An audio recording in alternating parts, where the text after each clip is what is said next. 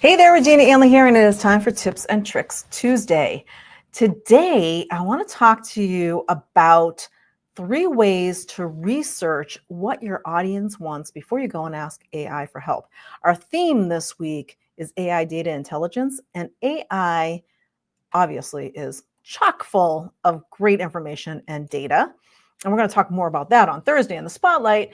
But we want to talk a little bit about it today, too, because I just want you to caution when you go to AI looking to do research, just remember to check the facts because AI is AI. It's pulling it. We talk about this all the time. It's pulling it from the sources that it knows. Well, those sources might not always be right. So you want to make sure that you check the sources and make sure that you have the right information.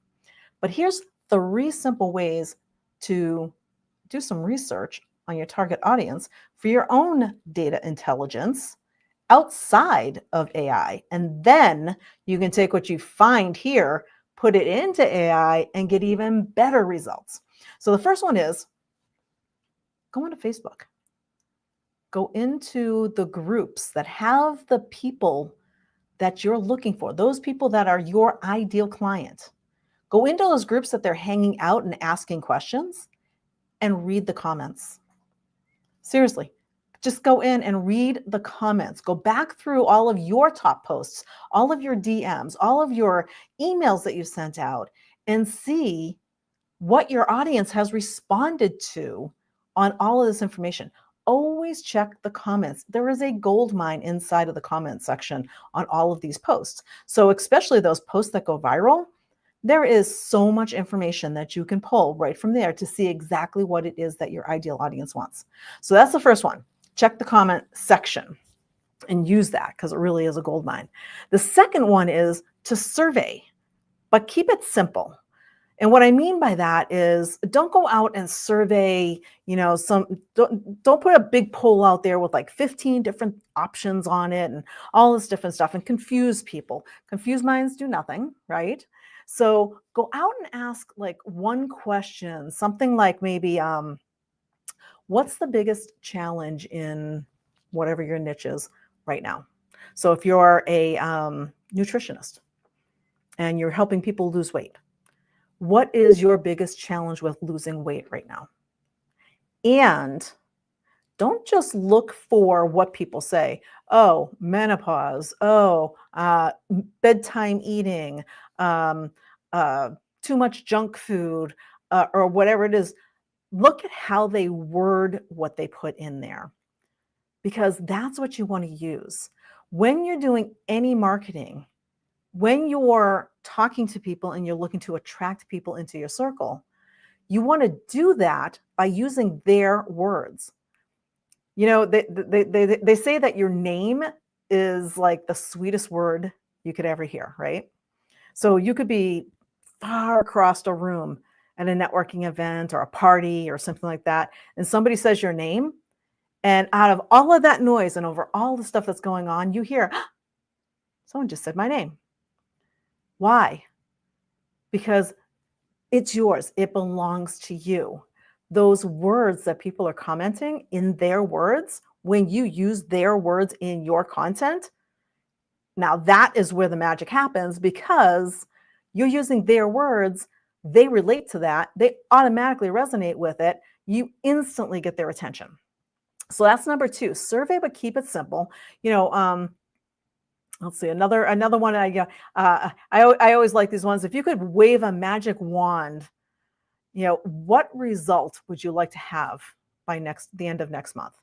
So if you're a business consultant, if I could wave a magic wand for you, and you can magically get the exact result you're looking for your business in the next month, what would that be? And see what people comment. Let them tell you what it is that they're looking for. Don't assume that you know stuff. We have these skills. We know our information. Just because we know stuff doesn't mean that that's what people are looking to find out. Go find out what they want to find out in their words, how they want to find it out. That's when you make the connection. So survey, but keep it simple. That's number 2. And the last one is one of my favorites, lurking. I sometimes call it trolling, but trolling can take on a different connotation. So we'll call it lurking.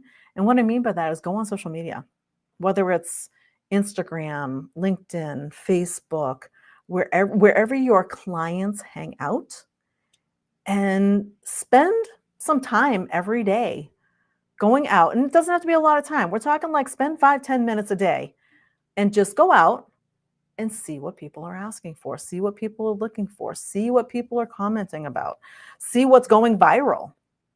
So, what's trending? You can find out these things. You can look at groups that are in your industry and find out, wow, you know what? Everybody's talking about this. Or something happened in the world today, and now everybody wants to know this. You know, some new medical study came out. Maybe you're uh, some kind of a medical consultant that you do something more for the physical body, you know, a holistic practitioner or something. And all of a sudden, some new study comes out that talks about some miracle plant that is helping everybody do something. But you haven't quite heard that yet. Now you go out and you're lurking out there on social media and you're like, wow, everybody's talking about this. Got to go check this out because this is what's trending. That's what they want to know. You want to be on the same page that your ideal client is so that when you create your content, you automatically draw them in. I mean, you know, headlines in your content are extremely important. That first line, remember, we have like there's a study that says that we have less of an attention span than a goldfish, which is 8 seconds. Supposedly a goldfish has an 8 second attention span. And supposedly we have less than that. So what you can do is go in and you create that line, that one line that has a couple of their words in it, that will pull them in. Because if you don't hook them in, you know, when they're scrolling and their email scrolling and everything else, if you don't get their attention within the first couple seconds, they're gone. So when you use their words, it's like calling their name. That actually really does resonate and it pulls them in. It psychologically, it automatically draws their attention. If you've ever gotten an email where the subject line had your name in it, didn't it make you want to look at it and stop? Even if it was like junk mail, you were like, oh, wait a minute, that's my name. What is that? You know, so that's what you want to do. So the 3 tips for ways to research what your audience wants before you go to AI to ask for help is check that comment section and then do a little survey, but keep it simple. And last but not least, do some lurking on purpose. You know, lurk with a purpose. You want to go out there and find out what's going on. Now, here's where AI comes in. What do you do with all that information? So now you found all of these things that people are talking about. Now you can take that and feed it into AI and do something like ask a question like, you know, what are 3 content ideas based on this information that my clients told me that they're looking for? Give me 3 content ideas. And I might talk about blogs or posts or even a course, depending on what it feeds you. So when you do that and then you collect that and feed it in, so don't miss that step. A lot of people are going straight to AI and going straight there for research. There's still the human element. Remember, AI is a tool. It's not meant to take us over. So go out and do this initial research, collect some surveys, go out on Amazon, find some books that are in your niche, and go and take the comments that people put in the comment section and then pull them into a document and put them into AI and then say, what are people looking for based on all of these reviews? What is it? What are the biggest pain points that people are finding? And what is the result that they're looking for?